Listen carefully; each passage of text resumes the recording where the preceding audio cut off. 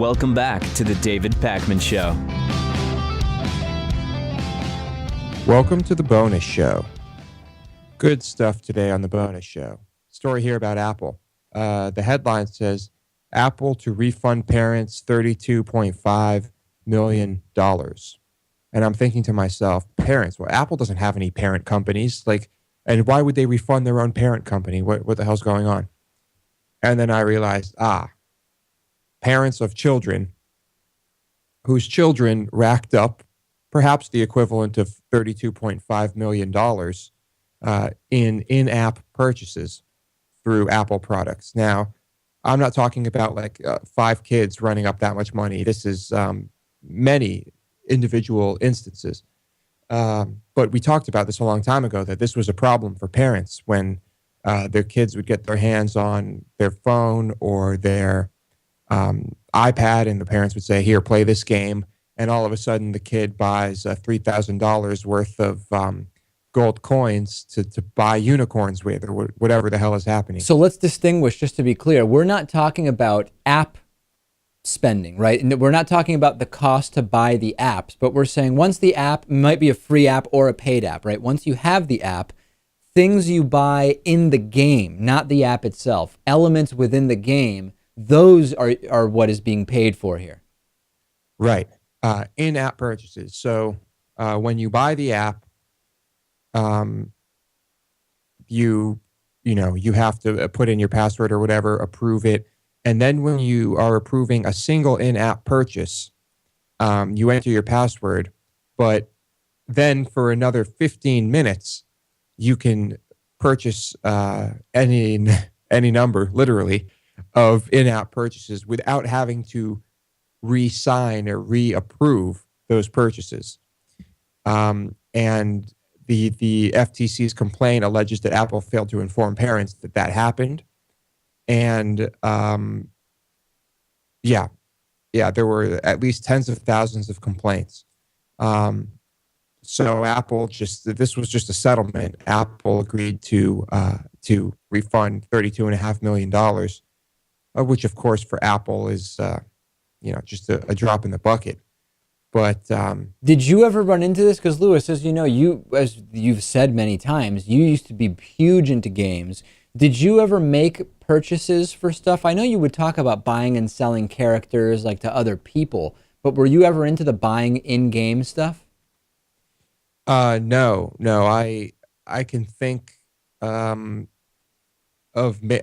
could count on one hand the number of times I've made in-game purchases for anything. I mean, even the games that I play that are free to play, I never buy in-game purchases, or rarely. If I want to support the company, I may spend a little bit if the game is free, but overall, it's kind of a trap. There's some games people call pay to win, which are free games in which if you don't shell out some money, you'll just kind of suck. But I tend not to play those games. But I mean, all those mobile games where little kids are playing them and all of a sudden run out of things to do because, I don't know, that's just the way the games are designed. I mean, they're designed to make you want to purchase in-game things. I have mixed feelings about this. I mean, on the one hand, I agree that the game is designed that way. Kids are playing it. The kids don't necessarily know that buying the extra stuff in the game is tied to money. At the same time, though, and I'm not a big person who goes around screaming about personal responsibility, to a certain extent, if it is the parent's money, does the parent not have some responsibility for figuring out whether this is something that could be done? I don't know. I do have mixed feelings. Parents are busy. I get it. They can't know everything that's going on. They see the game is free. They put it on their iPad and their kid is playing it. Next thing you know, their kid racked up a huge bill on it. I don't know. I'm having mixed feelings about the refunds. But, I mean, the big thing is to make an in-game purchase, which they did for their kids, presumably. You have to put in your password at some point. Right. But then it stays open for that 15-minute window where kids just went berserk. So it is, I guess it's a problem. True. I'm sure they'll fix it now. Let's talk about womb transplants. 9 women in Sweden have received womb transplants. this team at the University of Gothenburg had recruited 10 women. One could not proceed, but these were mostly women in their 30s, and this was part of an experiment to see if it was possible if womb transplants could be given to women to make them fertile, quite simply.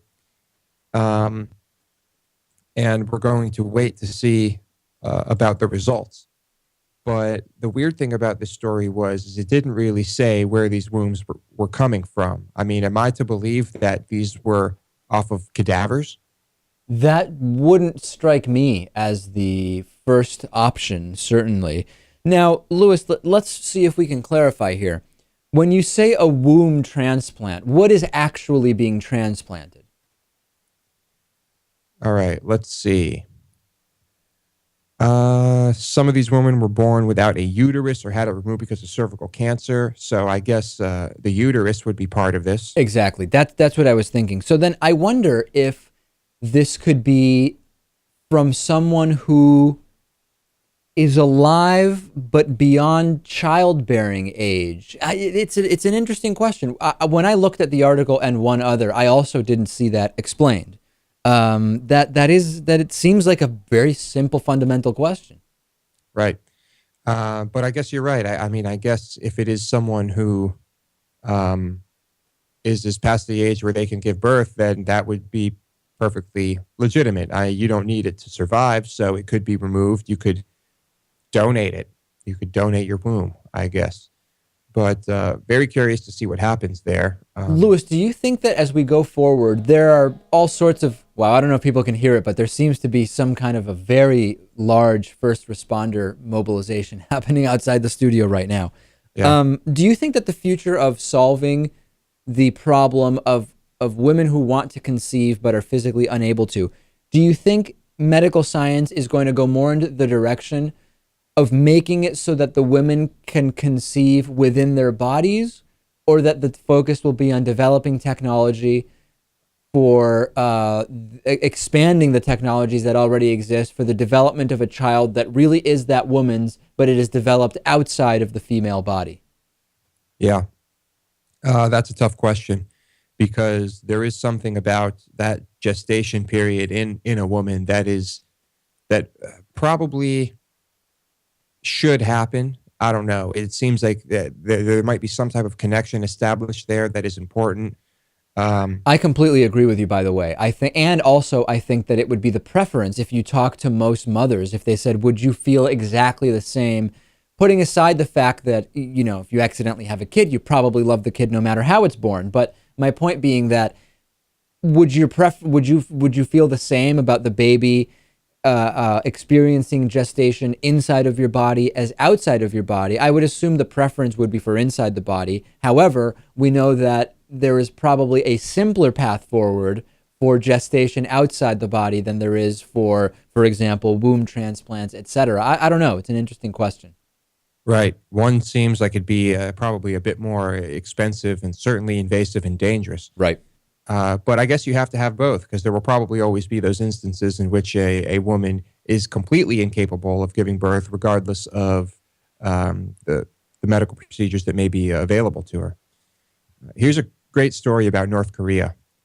And as I load this page, hopefully my video doesn't go crazy. Is my video going crazy? You're actually pretty good today. We have not, by the way, for people who are aware of what's going on, we don't really know why, but usually just during the bonus show, weird things start happening with Lewis's video connection to the New York studio, and we haven't really tracked it down. We just don't really know. Okay. What can you do?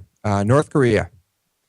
North Korea is, there are some defectors who are in South Korea who are trying to get information and technology into North Korea. Now, they are not bringing it themselves.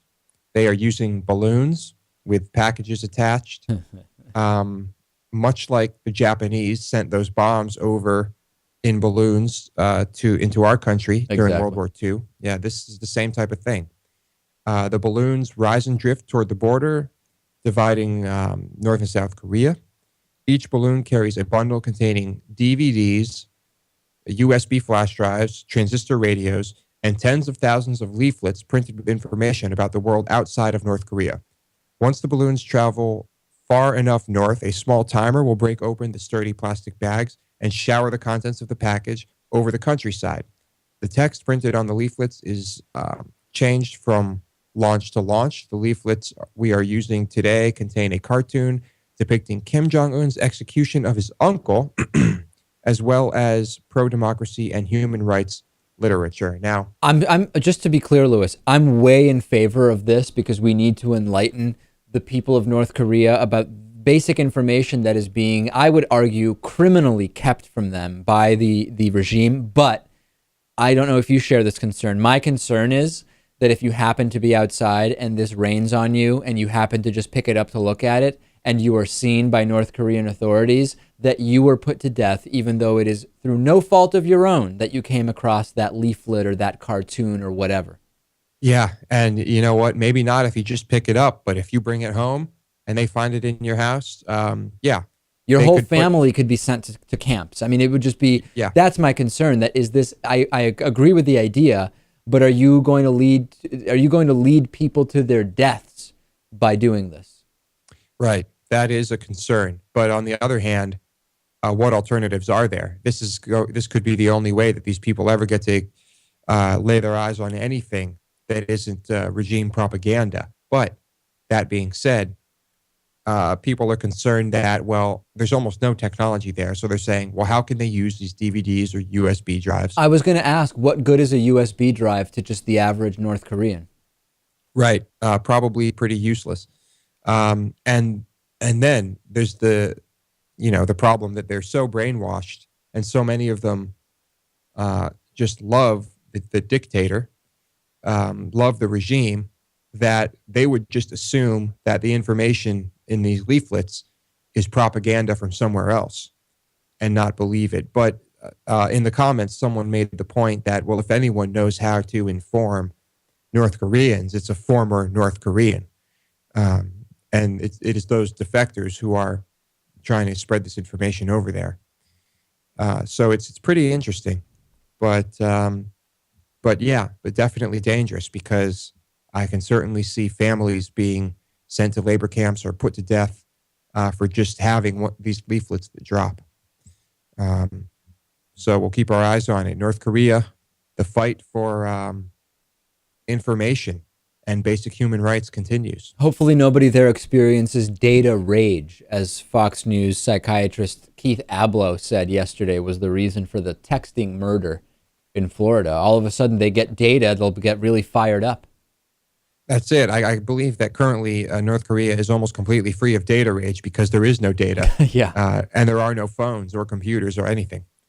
Not even any electricity, really, in a lot of places. Every time I hear the term computers in the same sentence as North Korea, I think back to that Vice documentary from a few months back where they go into a room, a computer lab, and it's set up to make it seem like North Koreans are using computers. And there's a guy with Google on the screen, literally sitting there looking at it like it's the most interesting thing, just reading the page, but it's just a Google search bar.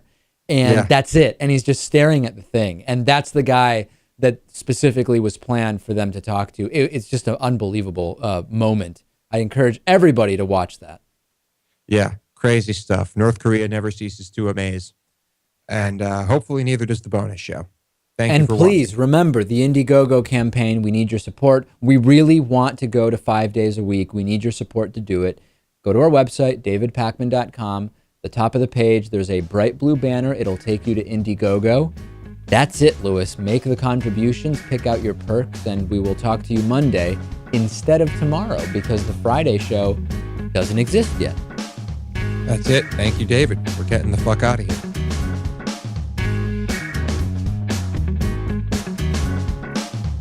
The David Pakman Show at davidpakman.com.